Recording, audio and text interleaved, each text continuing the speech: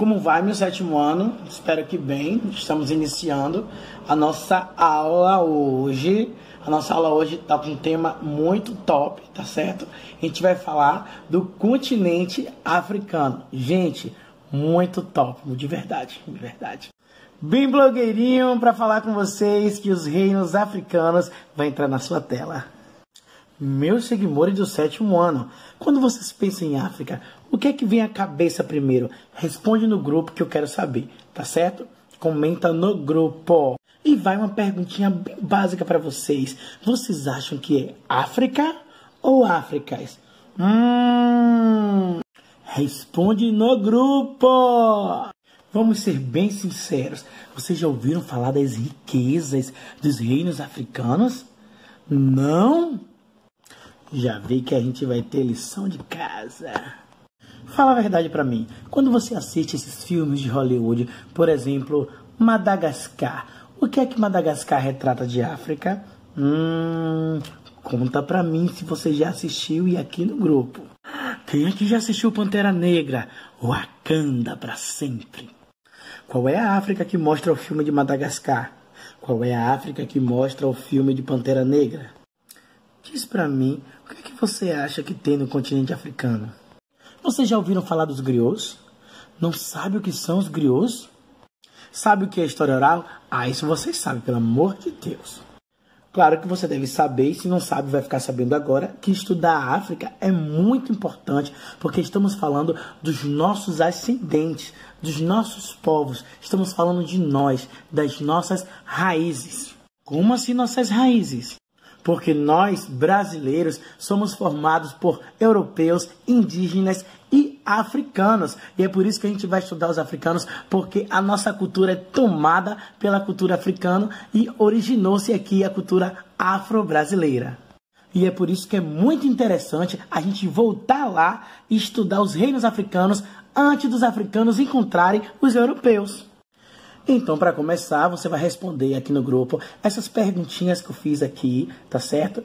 E depois você vai ler os contos africanos, que eu coloquei 2 aqui no grupo, tá? E colocar qual é a ideia central dele, como atividade você já vai exercitando, que daqui a pouco a gente começa pelo reino de Gana.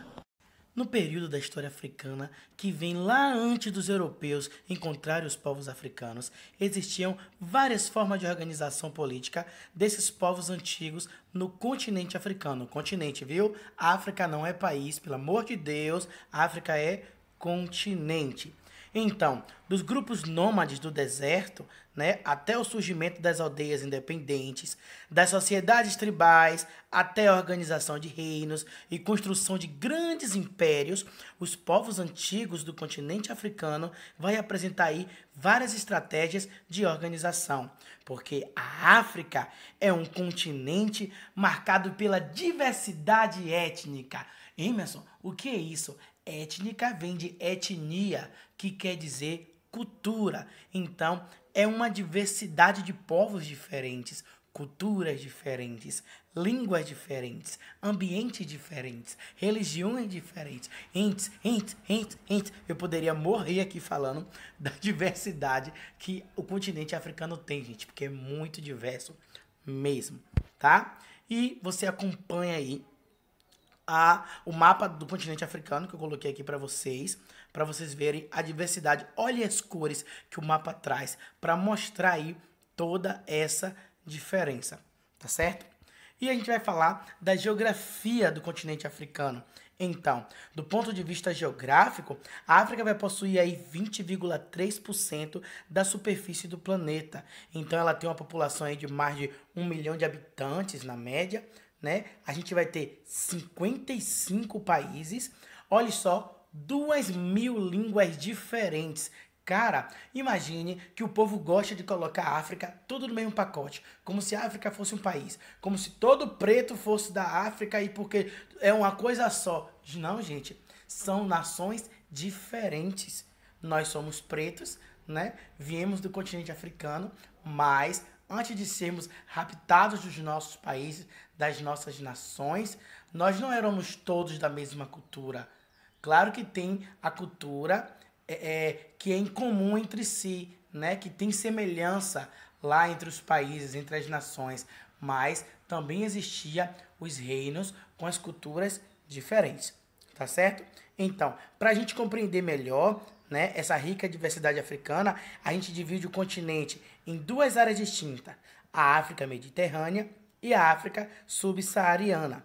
A Mediterrânea vai estar localizada aí ao norte do continente, né, que são as populações que viviam nessa região, que eram chamados de berberes, e nas regiões de oásis do Saara, que é o deserto localizado ao norte do continente, que habitam ainda nos dias de hoje, os tuaregues, que são os povos nômades e que se formaram a partir das trocas culturais entre berberes e outros povos da região da África, respeitados e admirados na África antiga como guerreiros mercadores. Então, antigamente, tinha aquelas caravanas, né? Os berberes aí, que iniciaram o reino do Mali. Então a gente está vendo aí que existiam vários nômades, pessoas que ficavam para lá e para cá, para lá e para cá, fazendo o que, Emerson?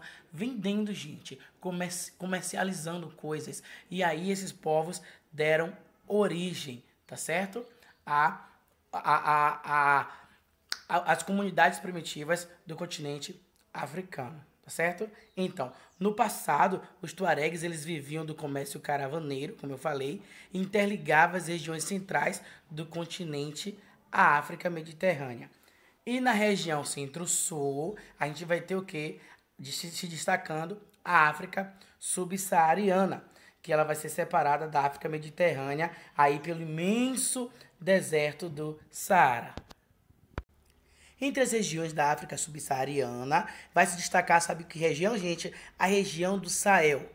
Lembre bem, viu? Memorize aí. Região do Sahel, que é o termo correspondente a franjas, né? Quer dizer franjas. Então, o Sahel, que é ali a borda do deserto do Saara, ele é definido entre os limites do Saara e das florestas tropicais e corresponde a uma zona de transição do clima ameno e de pastagens abundantes, planícies que favorecem aí o transporte e a prática do comércio e também a presença de inúmeros recursos minerais, ouro, o sal, que era um recurso mineral da época, o cobre, tá certo? Então, a estratégica região do Sahel foi responsável aí pelo surgimento de importantes reinos do continente africano. Então, a riqueza acabou atraindo aí, a partir do século X, os interesses do Império Árabe, né? Então, os árabes invadiram a parte aí do território africano, expandiu sua cultura, incluiu a religião islâmica entre os povos africanos da região. Então, fica sabendo que houve aí um contato dos povos africanos com os árabes, que eles invadiram o território e trouxeram a sua cultura, tá?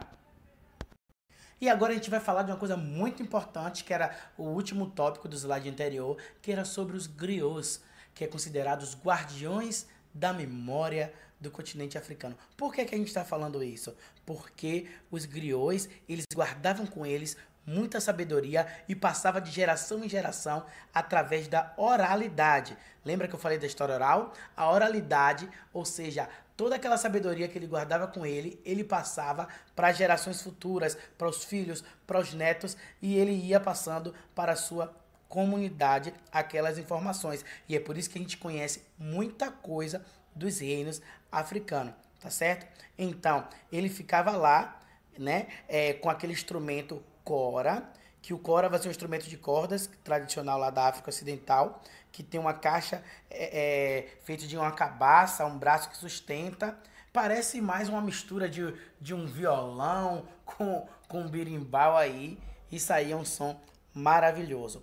E por meio da oralidade, os griots resgatavam toda a história e toda a memória cultural dos antepassados. Eu coloquei aí uma imagem para que vocês vissem esse senhor que está sentado aí, ele é o griot, onde ele está passando a história para a sua comunidade. E é por isso que eu coloquei aí para vocês 2 contos africanos. E esses contos africanos com certeza foram contados por griots, tá certo?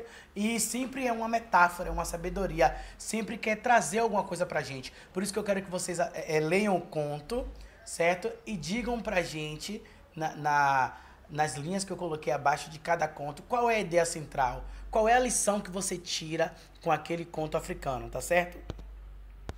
Bom, como hoje a gente tem aí as perguntinhas que eu já fiz no início da aula, que eu quero que vocês respondam no grupo, certo? Como hoje a gente tem aí a atividade com os contos africanos, a gente tem aí uma atividade que eu vou deixar também referente ao módulo, como a gente já tem também alguns filmes que a gente vai ter que assistir para a gente entender esse contexto do que a gente está discutindo, aí eu vou trazer para você na aula de hoje somente o Reino de Gana, tá certo? Então eu trago o mapa aí para vocês verem aí Império Gana, tá vendo? E tem um círculo verde aí onde tem aí o nome Kumbissalé, que é a capital de Gana, tá certo? Vamos para frente? Vamos lá. Então, a gente começa com o reino de Gana. Então, Gana vai ser o primeiro reino a se organizar aí na região do Sahel, tá? E Gana significa guerreiro rei, tá? E era utilizado aí como título pelos governantes dessa região. Então, geograficamente, os limites do antigo reinado africano, que é o reinado de Gana, vai compreender aí as atuais regiões do Mali e do sul da Mauritânia, tá? Então, gente, mas não existe o reino do Mali também? Existe, mas bem depois é que Gana vai ser aí integrado no reino do Mali. Mas por enquanto, pelo amor de Deus, fixa que é o reino de Gana, tá certo? Então, o reino de Gana ele vai ser definido aí a partir da união das aldeias e das vilas na região do Sahel, que vão ser atraídas aí pelo controle do comércio do sal, pela extração do ouro, que é um recurso abundante na região do Sahel, tá? A domesticação de animais, como o dromedário, lembra aqueles camelos que tem aquelas corcovas enormes? O dromedário, o camelo, vai contribuir aí para o desenvolvimento desse sistema de transporte local. Lembra que eu falei do comércio das caravanas? É isso aí, os camelos para frente aí nesse deserto. E posteriormente, para as práticas mercantis transansaharianas, tá? O comércio ele era comandado principalmente pelas comunidades agrícolas e instaladas à margem dos rios Níger e Senegal. Aí a capital do reino, que era Kumbissalé, como eu já mostrei a vocês no mapa, possuía uma população estimada de 20 mil habitantes.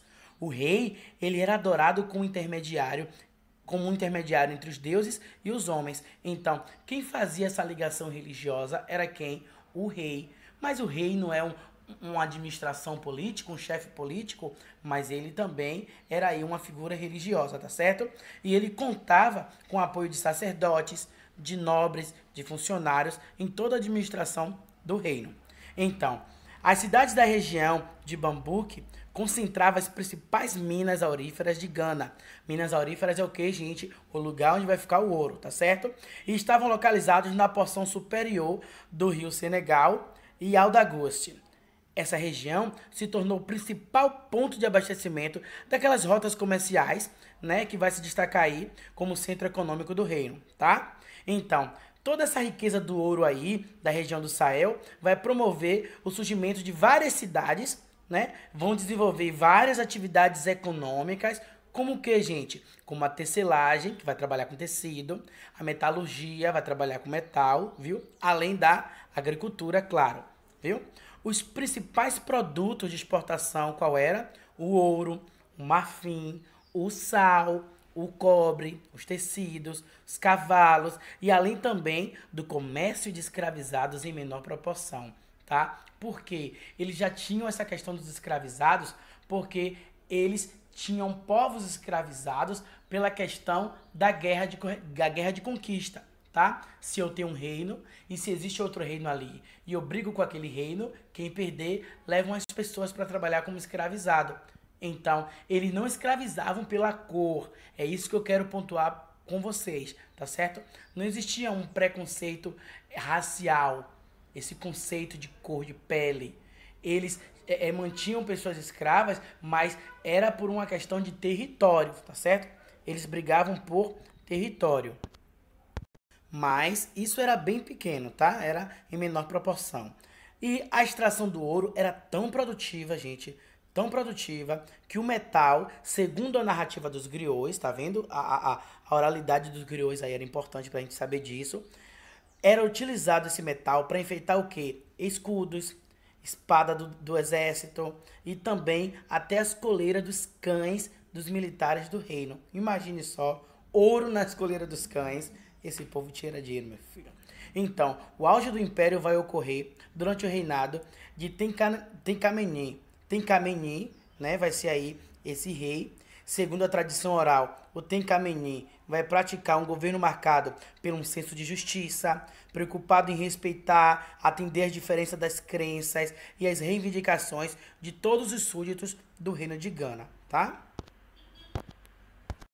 Falando de religião, o reino de Gana ele respeitou as diferentes tradições politeístas, ou seja, as tradições que acreditavam em vários deuses, e as tradições animistas, aquela que acreditava que todas as entidades humanas ou não possuíam uma essência espiritual dentro de si, tá certo? Então, exerceu o princípio da tolerância religiosa. Então, o reino de Gana exerceu aí esse princípio da tolerância religiosa.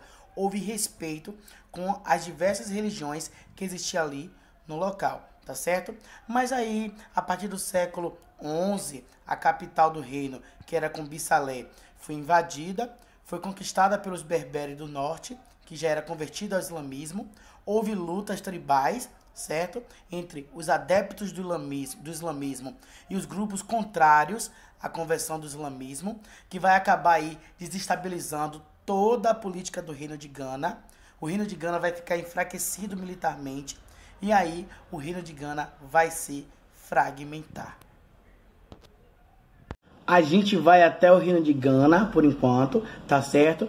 Mas eu quero que vocês respondam a atividade do módulo que é referente ao reino de Gana, que eu vou colocar a página aí para vocês. Eu vou deixar também uma atividadezinha para que vocês assistam um filme para dizer qual é a imagem de África que vocês têm a partir daquele filme, tá certo? E eu preciso que vocês me façam uma lista das riquezas que existem nos reinos africanos. Vocês vão fazer isso? Tem que fazer, né? Beijos!